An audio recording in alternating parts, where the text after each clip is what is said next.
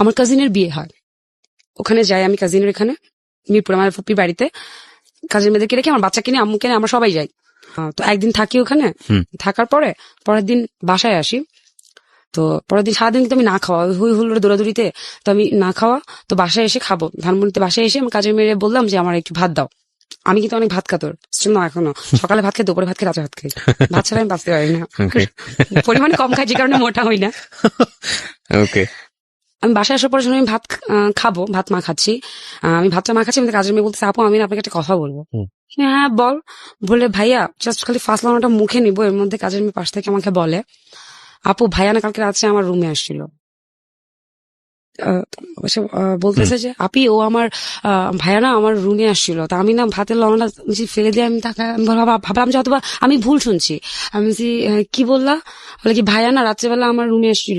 হ্যাঁ আসতেই পারে, তো অলরেডি বিয়ের 1 বছর পার হয়ে 2 বছর তো আমি বললাম যে কি বলছো আমি বুঝিনি, আবার বলো তো কথাটা। তো সে আমাকে বলতেছে যে আপু ভাইয়া আমার রুমে আসছে। আমি হ্যাঁ আসতে পারে, তো কারণ আমি আমাদের 14 গোষ্ঠীর ভিতরে না ভাই, আমি আমার আশেপাশে তো কখনো এই টাইপের কথা শুনিনি। আচ্ছা, বলার পরে আমার না, আমি তখন একটা কথা ওকে পাল্টা কোশ্চেন করি যে তোমার গায়ে টাচ করেছে? বলে কি না আপু উনি এসে কয়েকবার প্রস্তাব দিয়েছে। তো আমার আমার তখনও পর্যন্ত ভাই চিন্তা করেন আমার মানে মন মানসিকতা, আমি ওকে বলেছি তুমি ওর সামনে বলতে পারবা? যদি ওর সামনে দাঁড়িয়ে বলে তাহলে তো বুঝবো কথাটা সত্য, দুজনকে মুখোমুখি করি। আপনি 100% একজন অনেস্ট ওয়াইফ যে কথাটা বলা উচিত আপনার সেটাই বলেছেন। হ্যাঁ তখন বলে হ্যাঁ পারবো। আমি তুমি শিওর? তো পরে যদি মিথ্যা করে তাহলে কিন্তু আমি তোর চড়া দাঁত ফালাই দিব। তখন কিন্তু আমি মেয়েটাকে কোনো বকাবকি করিনি, কারণ আমি আসলে কি শুনলাম, কিভাবে হ্যান্ডেল করবো, ফ্যামিলিকেও জানাইনি, কারণ নিজের পছন্দের বিয়ে তো একটা তো নাক থাকে ভাই। এমনিতে ফ্যামিলির এগেনস্টে গিয়ে বিয়ে করেছি, ফ্যামিলির ঝামেলার কারণে এগেনস্টে গিয়েছি, তো ফ্যামিলিকে তো বলা যাবে না। আমি আগে কুল হলাম, আমার হাত পা কাঁপছে, আমি খাইতে পারিনি, ভাত সরাই দিল। ও আসছে রাত্রে 11:30 কি 12টার দিকে, ওদের টাইমিং কিন্তু উল্টা পুল্টা থাকে, ঠিক থাকে না। আসার পরে আমি খুব ভদ্রভাবে ভাত খেলাম। ওর আবার আসার পরে 1-1.5 ঘন্টা রেস্ট দেওয়া লাগে, দেন ভাত খায়। তারপরে হচ্ছে ফুটবল খেলা দেখে 1-1.5 ঘন্টা, ওর মাঝখানে চা খাবে। তারপরে রাতে 2:30-3টা কমে ঘুমাইতে পারতাম না। আর আমার বাবার বাড়িতে রাতে 10:30-11টার মধ্যে সব ঘুমিয়ে যায়। তো ও ভাত খাওয়ার পেছনে এসে বসে যাবে, আমি একটা কথা বলবো তোমাকে। হ্যাঁ বলো। তো তাসলিমা একটু এদিকে আয়, কাজের মেয়েটার নাম ছিল তাসলিমা, একটু এদিকে আয়, দরকার আছে একটু রুমে আয়। তো রুমে আসলো, 2টা কাজের লোক, একটা কিন্তু জানে না বাড়ি কাহিনী হয়েছে যে আরেকটার সম্বন্ধে। বয়স কত ছিল? একই এজের আমরা, আপনার একই এজের ছিল? 1-1.5 বছর ছোট ছিল, অনেক সুন্দরী ছিল। তো 2টা কাজের লোক, তো আরেকটা ওর থেকে একটু ছোট ছিল, বাট কাজের লোকগুলো দিত আমার ফুপ্পি। সো এখন এই জিনিসটা আমার ফুপ্পিও তো জানতে পারে ও যখন চলে যাবে ও কেন গেল। আমার ফুপ্পির কাছে যাইতে হয়, দিয়ে আসি, দেন ফুপ্পির একটা কাজের লোক তাদেরকে আবার দিয়ে আসে বাড়িতে। আমার মাথায় তখন সব এগুলা ঘুরতেছে। তো দুজন, আমি শিওর ছিলাম কথাটা মিথ্যা হবে 100%, মিথ্যা হবে এবং আপনি বের করে দিবেন। হ্যাঁ। তো আমি বেডরুমে দরজাটা লাগিয়ে দুজনকে একসাথে করে আমি তাসলিমা কি হয়েছে বল। ও মাটিতে বসে, তো ও বিছানায় বসে, ও তাকিয়ে আছে। হ্যাঁ কি হয়েছে, কি ওকে ডাকছো কেন বেডরুমে? আমি কি হয়েছে কালকে রাত্রেবেলা আমার সামনে একটু বলতো, আমি বুঝিনি। ভাইয়া আমার রুমে গেছে। আমি কি ভাইয়া তোমার রুমে গেছে মানে? ভাইয়া আমার সাথে থাকতে চাইছে। আমি কি থাকতে চাইছে মানে কি? ও তো আর ইংলিশে সেক্স বলতে পারতেছে না, এটা ওয়ার্ডও জানেও না। ভাইয়া আমার লোকে শুইতে চাইছে, জামাই বউ যা করে তা করতে চাইছে। আমি ওর দিকে তাকাইছি, ও খালি কাজের মেয়েটাকে বলছে তুই রুম থেকে বেরো। অলরেডি তুইতে চলে আসে, যেখানে আমি ওর মুখে কোনোদিন তুই শুনি নাই ভাইয়া। কাজের মেয়েকে বলছে তুই রুম থেকে বেরো। আমি ওরা বলতেছি রুম থেকে বের হবে কেন? ওইটা তো একটা অ্যাপার্টমেন্ট, ফ্ল্যাট বাড়ি, ওইটা তো একটা সমাজ ভাইয়া। তো আমি ও রুম থেকে বের হবে কেন আগে বলো আমাকে, কি ও যা বলছে সত্য কিনা? তুই রুম থেকে বের হ। তুই বের হয় রুম থেকে, এমন করতেছে। ও বের হয়ে গেল, দরজা লাগাইলাম আমি। কি হয়েছে আমাকে বলো, কি সমস্যা? ও ধাপাধাপ দাঁড়ালো ভাই, দাঁড়ায় প্যান্ট চেঞ্জ করতেছে, ধাপাধাপ শার্ট চেঞ্জ করতেছে, মানি ব্যাগ। আমি কোথায় যাচ্ছ, উত্তরটা দিয়ে যাও, কি হয়েছে, এটা কি সত্য না মিথ্যা? আমি ওরে বারবার বাধা দিচ্ছি, তুমি যাইতে পারবা না, যাইতে পারবা না। ওদের আমাকে ধাক্কা দিল, আমি জাস্ট বিছানা উপরে গিয়ে পড়লাম, বের হয়ে গেল। উত্তর না দি রাত্রের অলরেডি তখন 1টা বাজে। তো ও বের হয়ে গেল বাসা থেকে। তো বের হয়ে গেছে, আমি আমি আমার তো ওয়েট করে কান্না করা। মানে ওই সময়টা থেকে আপনি ওকে চার্জ করছিলেন, আপনি রেগে যাচ্ছিলেন? আমি বলছি কি হয়েছে, কথাটা কি সত্যি কিনা আমাকে বলো। ওকে চার্জ করার অপশন কি? ও তো ধাপ করে উঠলো ভাইয়া, প্যান্ট চেঞ্জ করতেছে। এর আগে কি আপনাদের ওই ধরনের কোনো ঝগড়াঝাটি হতো? না না, কখনোই না। এরকম কোনো সিম্পাটি হয়নি আমাদের ভিতরে, কখনো টাকা পয়সা নিয়ে ঝগড়া লাগে নাই। আর আমি খালি ওকে জিজ্ঞেস করছিলাম একটা কোশ্চেন, এটা কি সত্য কিনা, তুমি কথা বলছো না কেন, তুমি রেডি হচ্ছ কেন, তুমি বের হয়ে যাচ্ছ কেন? তারপর খুব জোরও শাউট করছি না, আমার ছেলে পাশের রুমে ঘুমাচ্ছে। ও ধাপাতে বের হয়ে গেল, আমাকে ধাক্কাটা দিয়ে আমি বিছানায় জাস্ট পড়ে গেলাম। ও আসলে ধাক্কা দিচ্ছে আমাকে সরানোর জন্য সামনে থেকে, নট মারার উদ্দেশ্য, আমি এখন সত্য বলবো। বিছানায় পড়ে গেলাম, ও চলে গেল বের হয়ে। এখন আমি জাস্ট দরজা লাগে রুমে কান্না করা ছাড়া, ওয়েট করা ছাড়া আমার তো কোনো অপশন নাই। সে ভোর 6টার সময় আমাকে ফোন দিল। খুব স্বাভাবিক, রাত্রেবেলা তো অফিস গুলো খোলাই থাকে, চ্যানেলের এডিট কারণ বুঝতে পেরেছি। হ্যাঁ, ওখানে গিয়ে অফিসে কাজ করে। এখন আমি ওকে ফোন দিয়ে ফোন ধরে না, সকাল 6টার সময় সে আমাকে ফোন দিল। ফোন দিয়ে বলতেছে আমি সরি, ভুল হয়ে গেছে। আমি কি ভুল হয়ে গেছে?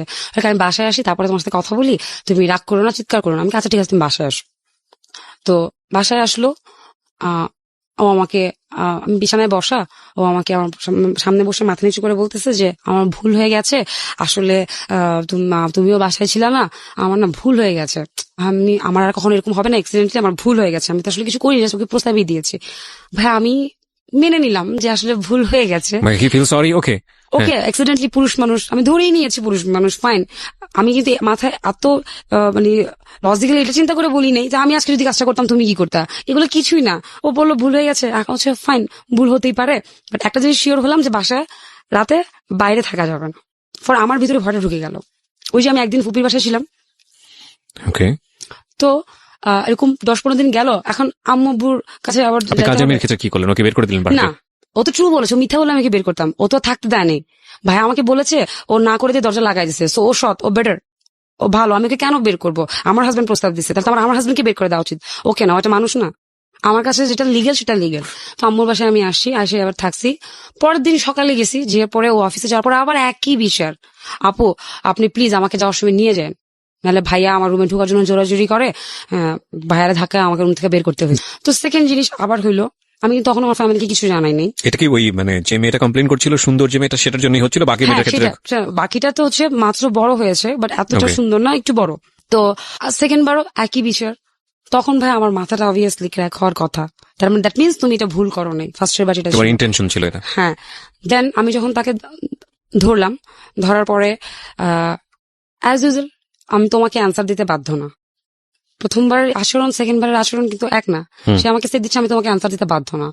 দেন আমি তাকে বলছি তুমি কেন বাধ্য না, তুমি কাজটা করেছো কিনা আমাকে বলো। এরপর ওর সে হয় যে করলে করছি, তুই কি করতে পারবি করগা। এই লাইফে ফার্স্ট আমাকে তুইতে চলে আসলো, করলে করছি তুই কি করতে পারবি করগা, দরকার হলে আমি আরো করবো, ওরা তো কিছু করতে পারি না, তখন এবার কইরে দেখাবো। ও কিন্তু প্রস্তাব দিচ্ছে ভদ্রভাবে, তখন আমি এটাকে ওই পর্যায়ে যায়নি। তো আমি ভাই আমি কোনোদিন আমার লাইফে তুই তো কারি শুনিনি হাজবেন্ড ওয়াইফদের মধ্যে। আমি যে ফ্যামিলি থেকে আসছি, আমার চোখ দিয়ে পানি পড়তেছে, আমি কাঁদতেছি।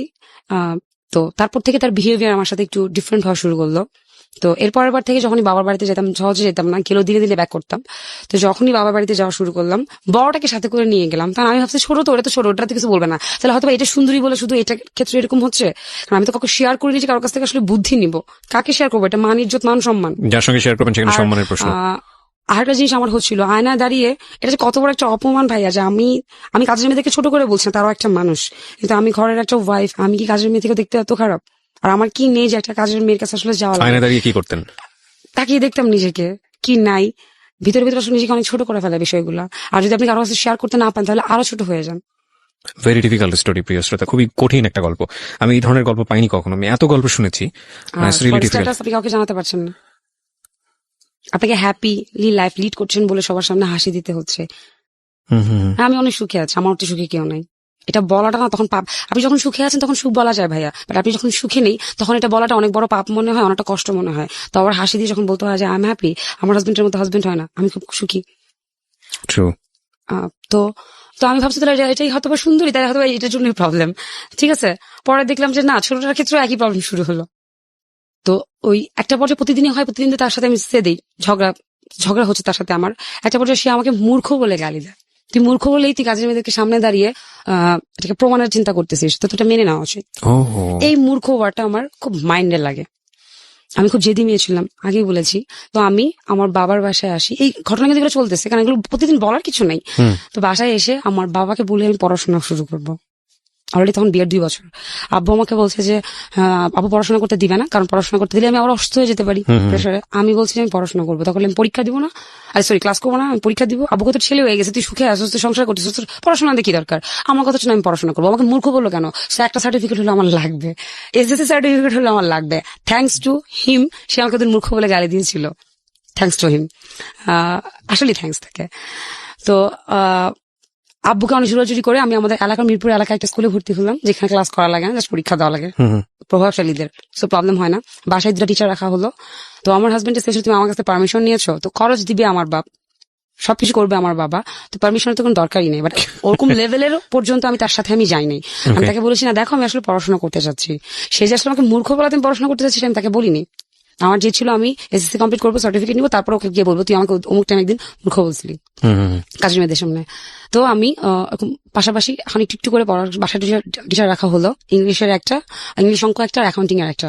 খুব স্বাভাবিক হলে একটা মেয়ে এরকম হয়, আমি জানি না, বাট আপনাকে এই প্রশ্নটা করা উচিত হবে কিনা। আপনি যখন আপনার হাজবেন্ড এরকম কাজ করছে, বিশেষ করে এই মেয়েটার সঙ্গে, আপনি কি ওকে জেলাস ফিল করতেন যেহেতু না, আপনি আমি আয়নার সামনে দাঁড়াতেন? তখনো পর্যন্ত এই বিষয়গুলো না, আমি তো নাচ করতাম বুঝিনি না ভাইয়া। আপনি সেটা। ছেলেদের সাথে তো আমাকে নাচ করতে হইতো, রাইট। নাচের মেয়ে যেহেতু আমি নাচ করতাম, সো আমার মন মানসিকতা এমনিতেই বড় ছিল, স্কাউট করে আসতাম। তো ছেলেদের সাথে তো আমাদের নাচ করা লাগছে না হাত ধরে, তারা আমাদের কমর ধরতেছে না, তার মানে কি এটা নাকি? আমি একবারই বলেছি, আমি যে পরিবেশ থেকে জন্ম নিয়েছি একটু ডিফারেন্ট ছিলাম বলেই তো আসলে এত প্রবলেম। তো আমি পড়াশোনা শুরু করি, ও ওটাতে কোনো বাধা দেয় না, কারণ পরীক্ষা দিতে পারে, ও শিওর ছিল আমি তো পাশ করবো না, কারণ যেভাবে পড়াশোনা করতেছি এটা পাশ করা সম্ভব না। ওকে। ফাইন।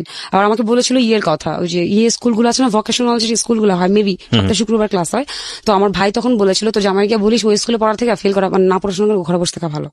ইয়েস, আমার ভাই আর মায়ের ওই সাপোর্টটা তখন অনেক গ্রেট ছিল। তারা চাচ্ছিল আমি পড়াশোনা করে, আব্বু চাচ্ছিল না, অসুস্থ হয়ে যায় যদি। আর আম্মু যেহেতু ওই সময়কারই সে বিয়ে কমপ্লিট করা মহিলা ছিল, সে তো চাইবে ডিগ্রি কমপ্লিট করা, সে তো চাইবে যে আমার তার ছেলে আমি পড়াশোনা করো। রাইট।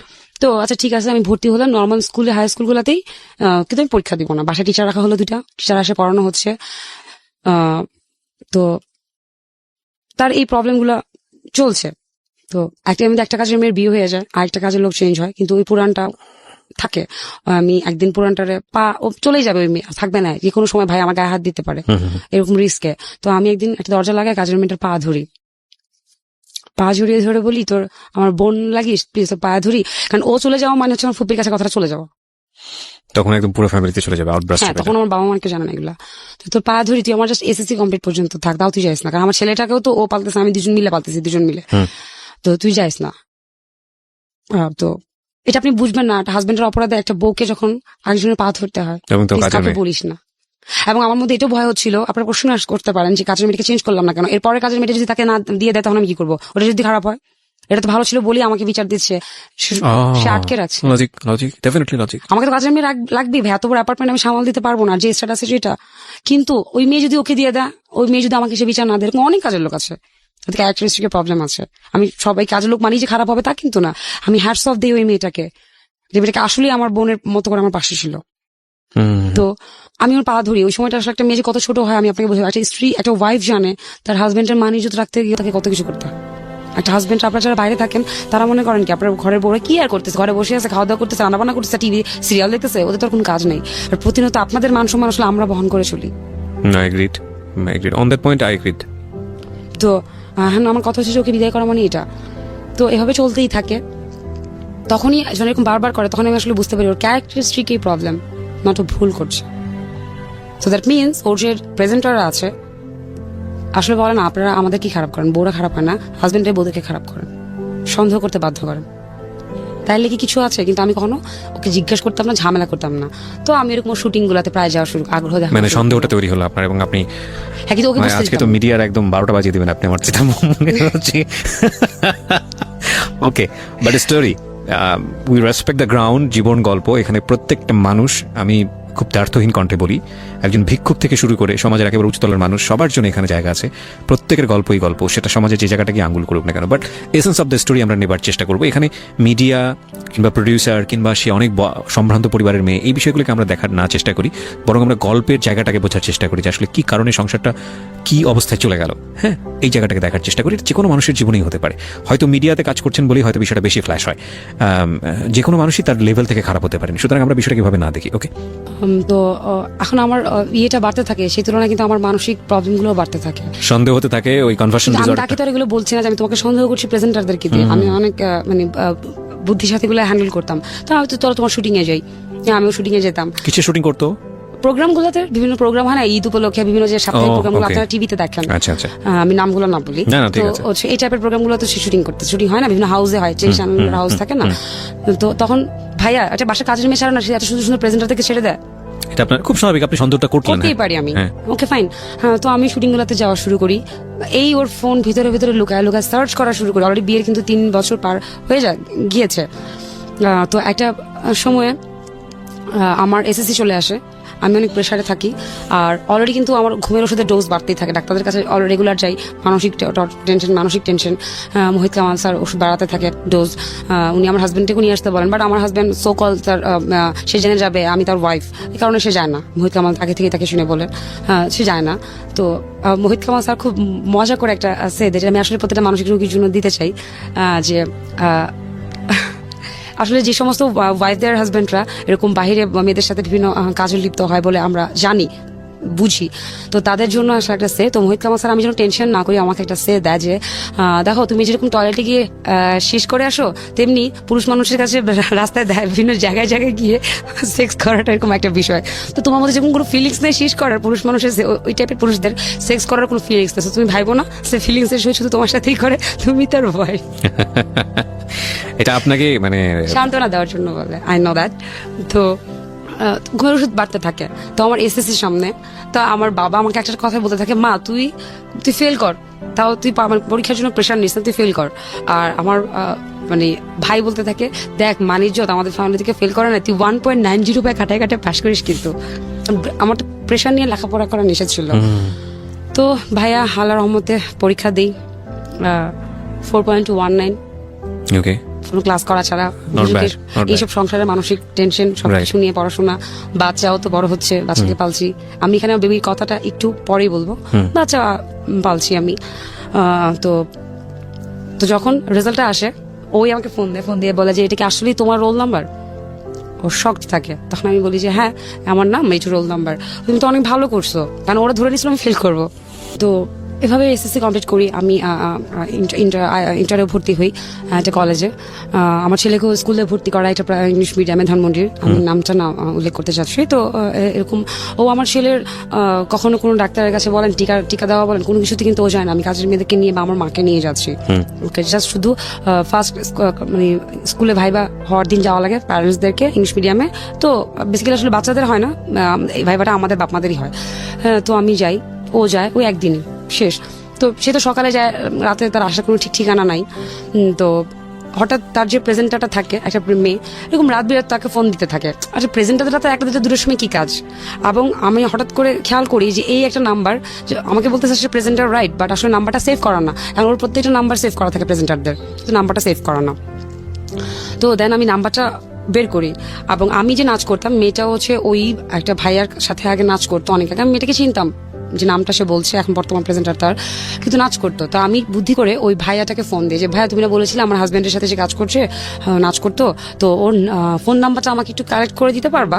আমি আসলে নাম্বারটা মিলাবো। পরে দেখলাম যে রাইট, ভাইয়া নাম্বারটা দেওয়ার পরে দেখলাম এই মেয়ে ওই মেয়ে, কিন্তু ও প্রেজেন্টার বলতেছে অন্য একটা মেয়ের নাম, এই মেয়ের নাম বলছে না। ও তো 2-3টা প্রোগ্রাম হতো সাপ্তাহিক, তো এই মেয়ে ওই মেয়ে না, নতুন মেয়েটা না। তো রাতে 2-3টা বাজে কিসের প্রেজেন্টার? দেন আমি তার সাথে রাগারাগি করি একদিন, যে রাত 12টার পরে তুমি যখন যখনই বাসায় ঢুকো, রাত 2-3টা বাজে তুমি যখন অফিসে থাকতেছো তখন ফোন ধরো, কিন্তু বাসায় ঢুকার পর সেটা রাত 12টা হয়ে যায়, তুমি আর ফোন পিক করতে পারবে না। Okay fine. হঠাৎ করে তুমি ঘুম ভাঙে দেখি সে পাশে নেই। তো আমি উঠে গিয়ে দেখি যে সে আমার গেস্ট বেডরুমের বারান্দাতে গিয়ে একটা কারোর সাথে ফোনে কথা বলছে। আমি চুপ করে পিছনে গিয়ে দাঁড়াই, তো সে কথা বলছে, আমি কথাগুলো না বলি কি বলছে, তারা রোমান্টিক কথাবার্তা বলছে, আমি পিছনে দাঁড়িয়ে চুপ করে দাঁড়িয়ে আছি, যেন সে ফিরলে আমাকে দেখে। নট আমি লুকিয়ে শুনছি, কিন্তু আমিও মুখোমুখি দাঁড়ানো, কিন্তু ও তো গ্রিল ধরে আকাশের দিকে তাকিয়ে তাকিয়ে আকাশ বাতাস নিয়ে কথা বলছে, তার তো আর পিছনে দেখার দরকার নেই, তাই না? তো আমি দাঁড়িয়ে আছি, তো সেই যে কথাটা বলাটা বন্ধ করে পিছনে ফিরে আমাকে সে দেখার পর আমাকে বলছে তুমি এখানে।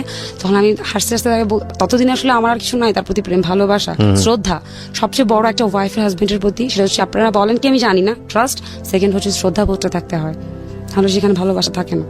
তো আমি যদি সে 10 বছরের বড় হোক আর আমার সেম এজই হোক আমার হাজবেন্ড, আমি তাকে শ্রদ্ধাই না করি, তার ততদিনে আমার তার ভিতরে তার জন্য আমার সম্মান প্রেম ভালোবাসা আর কিছু নেই। তখন আমি আমার ফ্যামিলিকে কিছু জানাইনি।